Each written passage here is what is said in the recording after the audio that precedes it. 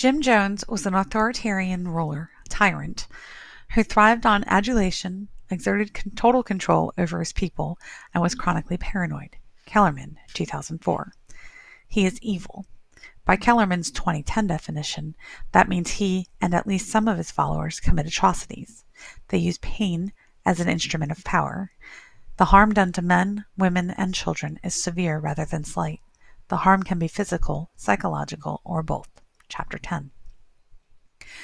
The ethical evaluation of how Jones treated his followers shows that his ethics were deeply skewed.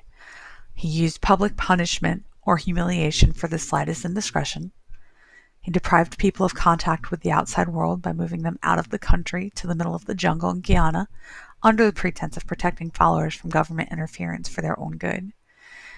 And he ensured that they could not escape by telling them they would not survive in the jungle with tigers, snakes, and other predators. Richardson, 1980. Frequent suicide drills by forcing people to drink something they were told was poisoned as a test of trust and loyalty. Richardson, 1980, page 13. He forced families to turn on each other. One mother is heard to be saying that she thinks her son should be shot for disobeying, and she wishes she could be the one who did it. Sunday Night, 2018. They were blinded by their faith and his total control over them. The leadership traits that he displayed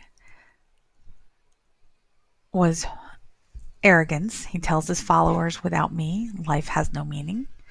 I'm the best friend you'll ever have." Sunday Night, 2018, minutes 22:40. He is charming and attractive, which makes him easy to believe. His charisma makes people want to believe him and believe in him and obey everything he tells them. He takes advantage of the inherent need for people to belong and obey, which is Freud, as cited by Kellerman, 2010. He says he wants to help people. He sets up sick clinics, helps the elderly, works in soup kitchens with the homeless. They teach. This shows he is benevolent. To help people, money is needed. He convinces his followers to give them their paychecks, their Social Security checks, their life savings. Some even sell their houses and give him the proceeds. All of this is for charity. When people say they want to leave, he reminds them that they cannot leave. They have no money. They've given it all to the church. Renard and Cooper, 2018. This shows how manipulative he was. He proclaims himself Father, and that he is all they need or will ever need, showing that he has all the power. Navarro, 2012. Says that he is the One, or God. Cole, 2017, page 4. He says that he would provide for all of them, that he knew everything that they needed to know, and that he was the only person they could or should trust. This forces people to be completely dependent upon him, especially after having moved to the jungle, far removed from society. He shows that he is open and inclusive. The church is multiracial and does not discriminate, further showing his benevolence.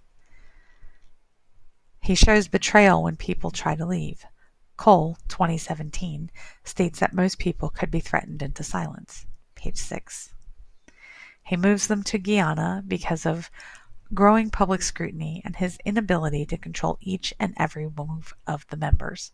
Cole, 2017, page 5. It's easier to exert control over them when they're all in one place at the same time. Skills that would be needed to undermine his influence. Knowledge, in this case of the Bible, because it is a religious cult. For instance, Matthew's Chapter 7, verse 15 states, "Beware of false prophets, which come to you in sheep's clothing, but inwardly they are ravening wolves," which would cast doubt on some of the things he said. 1 Timothy chapter 2, verse 5, "For there is one God, and there is one mediator between God and men, Jesus Christ," to show that he is not the one. Exodus 20, chapter 20, verse 3, "You shall have no other gods before me." Using this knowledge to refute Jones's claims that he is the one, which goes against the Bible. He cannot be worshipped as the Father, only as a disciple, just as the rest of his followers are. Because he is only a disciple, it makes them no better than they are, and he can hold no power over them.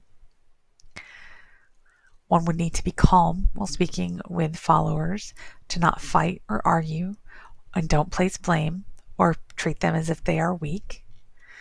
One would need to be intelligent, to speak clearly and convincingly, to demonstrate the followers' abilities to fight Jones's hold on them, show them how to find holes in his claims, and help them find ways to see through his lies. For instance, if everything were just as it should be, why would they need to hide in the jungle, or why would he threaten people into compliance? And one to undermine him must have charisma, to keep their attention and make it clear to them that you are not trying to take his place, only to help give them back their free will and reunite them with their friends and family. A plan to prevent another cult leader from taking power over another group first would be to explain to people what is classified, or the definition that classifies a cult, which is a group of people zealously following a leader with a special gift, Pretorius, 2004, page 3, and that it has practices that go against mainstream organized religion. Discuss with people how a cult draws people in.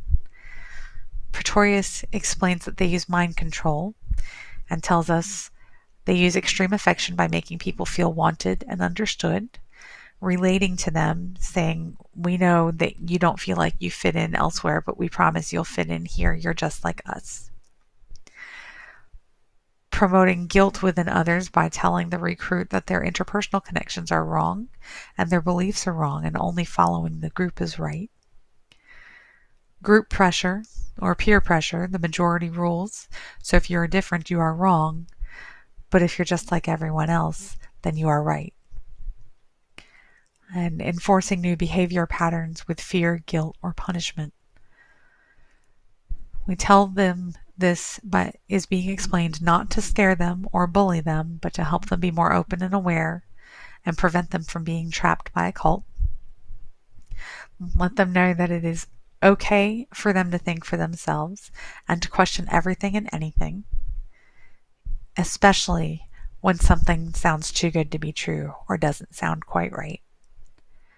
And to provide people with a point of contact that can be used anytime, no questions asked, to help save them.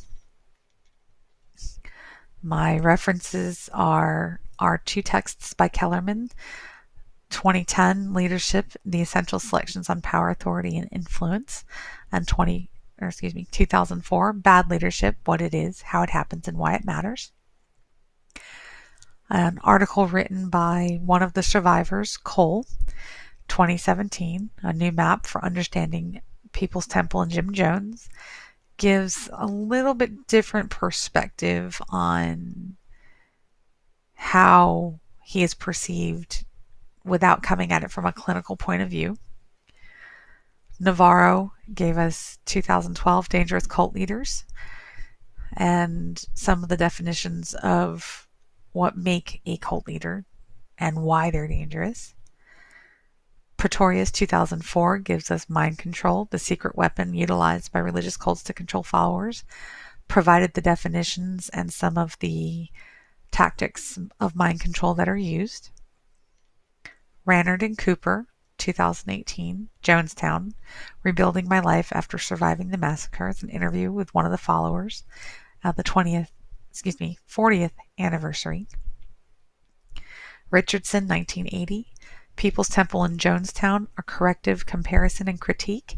It's critiquing and comparing the cult with other new religious cults, showing how they differ, how they are alike, and what made them so different. And Return to Jonestown, Survivors Revisit the Site 40 years after the tragedy, was from Sunday Night in 2018 and retrieved from YouTube.